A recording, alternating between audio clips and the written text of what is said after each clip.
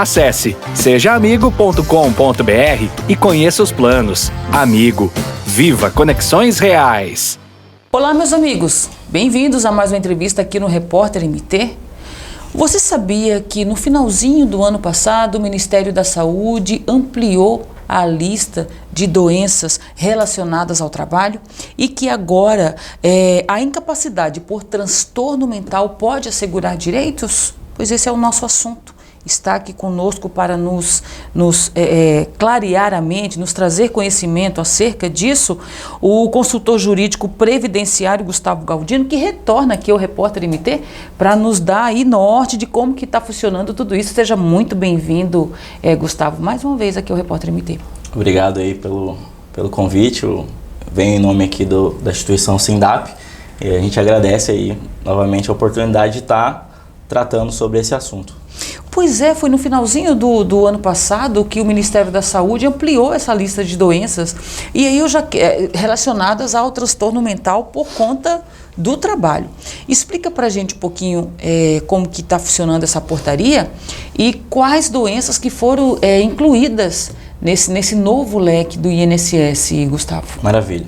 Então, em novembro, houve um ampliamento da lista, do rol de doenças, quase dobrou o número de doenças que agora a gente consegue associar ao trabalho, né? De acordo com o seu ambiente, de acordo com o que você está exposto, com o que você faz no seu dia a dia.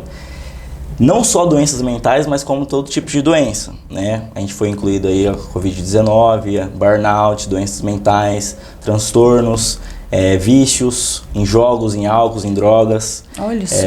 Então tem é um rol muito amplo que nos permite comprovar com mais facilidade essa doença ocupacional, que vai diferenciar de uma doença, de um auxílio-doença, de um afastamento comum, que vai te dar mais garantias. E doutor Gustavo, uma vez a pessoa diagnosticada, o trabalhador diagnosticado com algumas dessas doenças relacionadas aí ao transtorno mental, o benefício pode mudar conforme for o diagnóstico?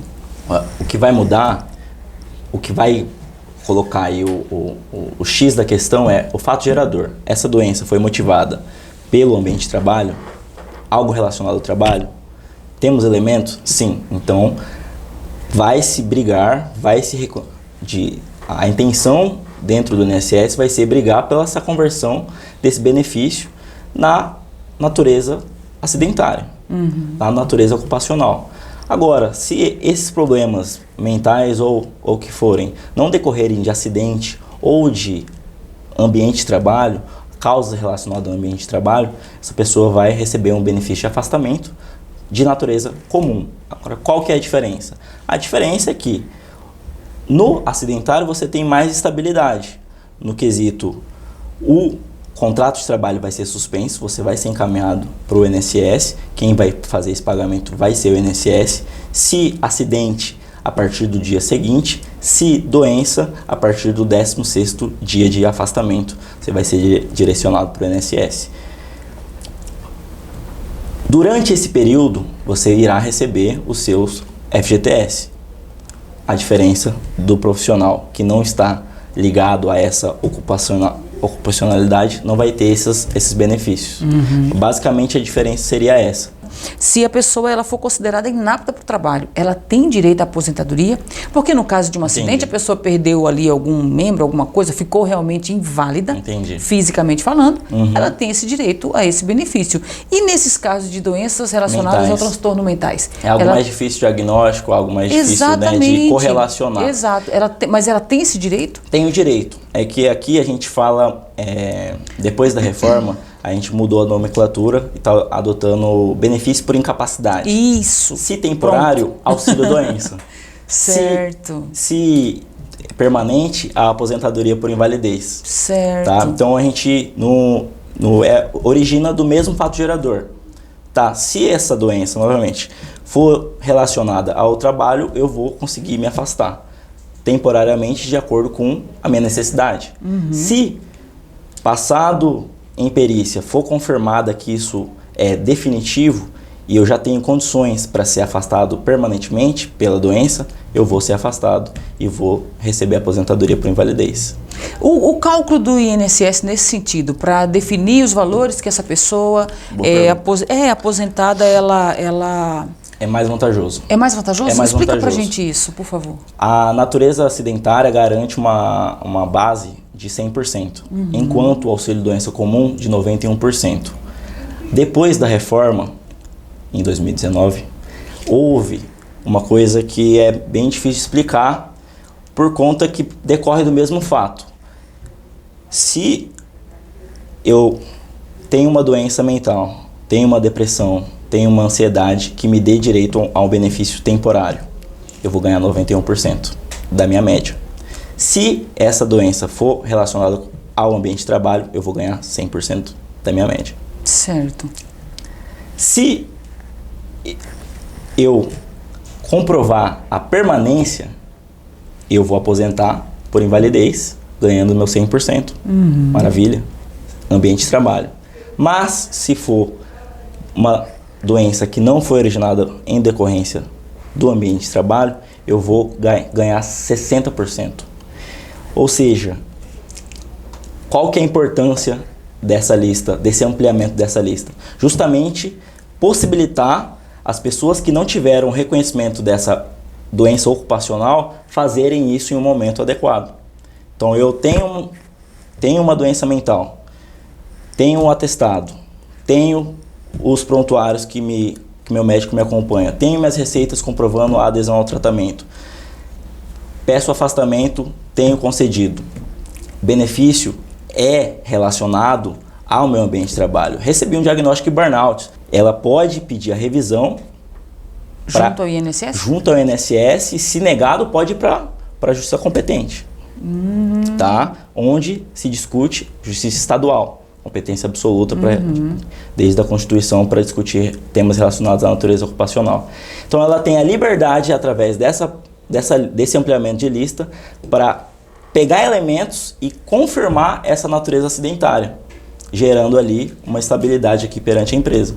Muito bem.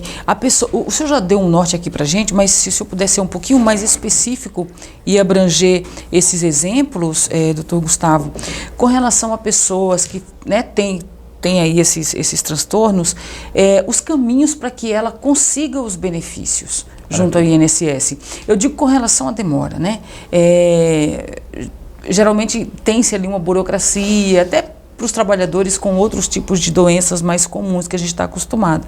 No caso das doenças relacionadas ao transtorno mental, os trâmites são os mesmos?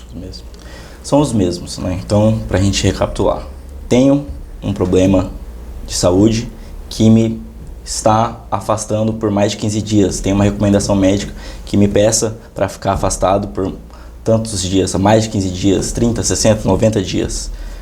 Tanto o trabalhador urbano quanto o facultativo, aquela pessoa que não está relacionada ao trabalho, vão se direcionar ao INSS. No INSS vai ser agendada a perícia, e na perícia médica ele vai apresentar os documentos comprovando ali a doença, se relacionada ao trabalho ou não, se gera incapacidade ou não. Esse é o caminho tradicional. Porém, por tratar de natureza mental, tem que tomar alguns cuidados nessa documentação a ser apresentada. Considerando que, se num psicólogo, num psiquiatra, o tratamento dura ali anos, às vezes para estabelecer um diagnóstico, não vai ser em 10 minutos de uma perícia que o perito vai conseguir, às vezes, diagnosticar esse sintoma que vai te garantir o direito. Então é muito importante, por não ter exames específicos, comprovar a adesão ao tratamento, comprovar o uso do medicamento, comprovar a busca de ajuda via prontuário, tá? Não deixe de levar o prontuário.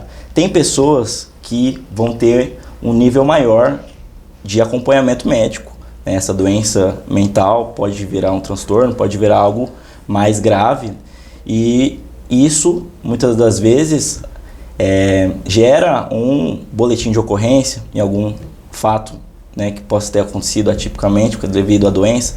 Isso também é prova desse nível da doença, desse nível de necessidade de afastamento. E doutor Gustavo, nesses casos, aqueles 12 meses de estabilidade que o trabalhador tem direito após ali a alta, né, alta médica, né? Exatamente.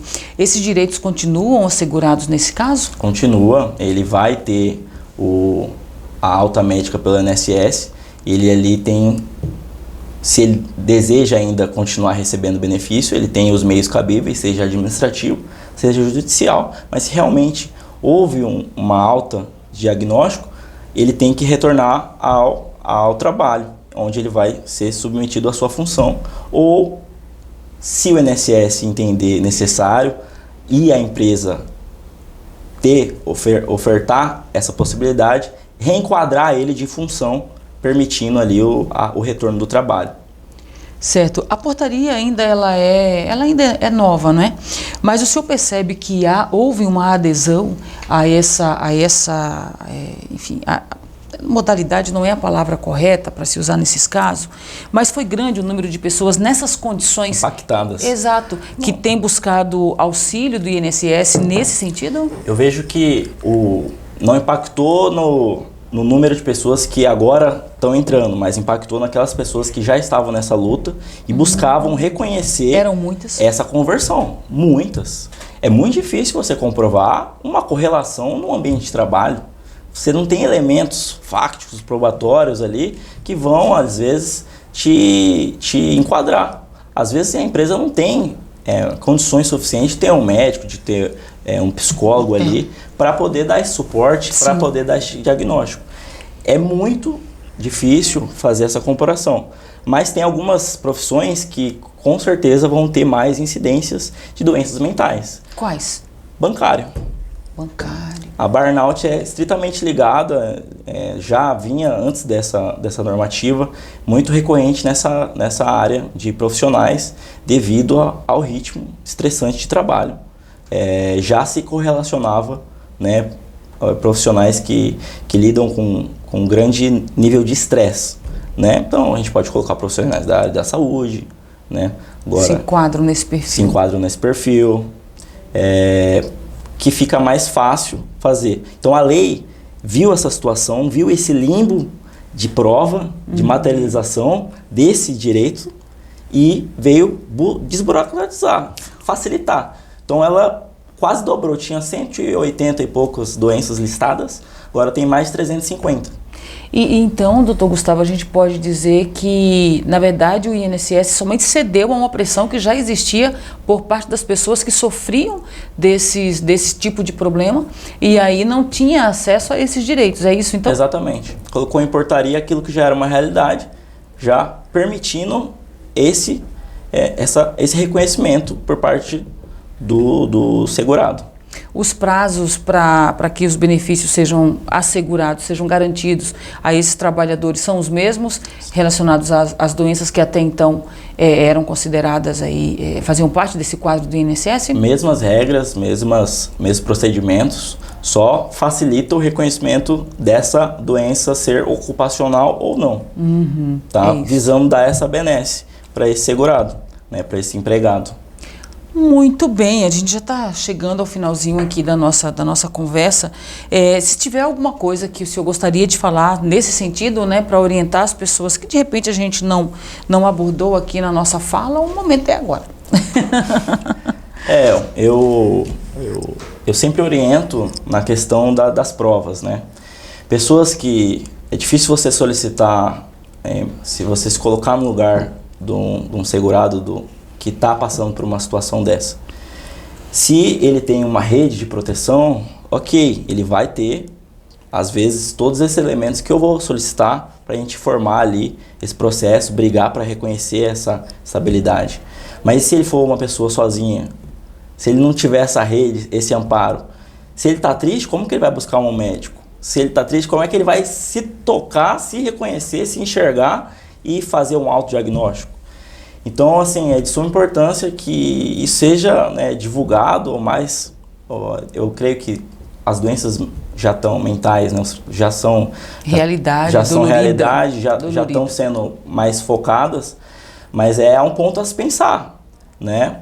Então eu vejo que essa portaria veio justamente para ajudar essas pessoas que por X ou por Y não tiveram essa atenção, o cuidado, o zelo de buscar um tratamento, de ter essa prova que está sofrendo, que está tendo as dores, né, e o que for, o que isso gera, acaba gerando. Então é mais que importante que a gente se ajude um ao outro, né, nessa questão, né, para procurar um médico, procurar um profissional da saúde e, se necessário, buscar ali a previdência para se afastar, dar esse tempo para tratar, realmente focar em você, ou se isso for para sempre, afastar por conta disso. Com direitos garantidos, né? Com direitos garantidos. Pois muito bem. É isso? É isso. Nós queremos agradecer mais uma vez a sua participação aqui conosco, suas falas, né, que sempre nos traz luz, nos esclarece, né, acerca dos nossos direitos previdenciários. Portanto, muito obrigada mais uma vez. Obrigado.